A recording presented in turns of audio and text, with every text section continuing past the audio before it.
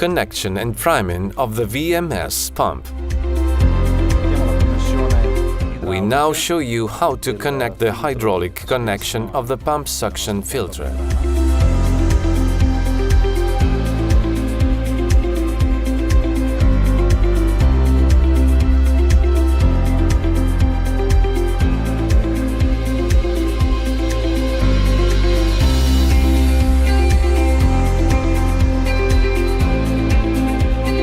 Connect the suction hose to the pump.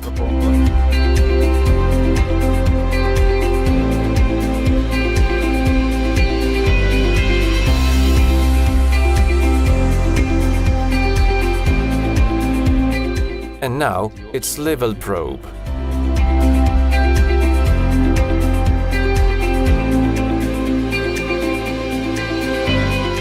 Prime the dosing pump.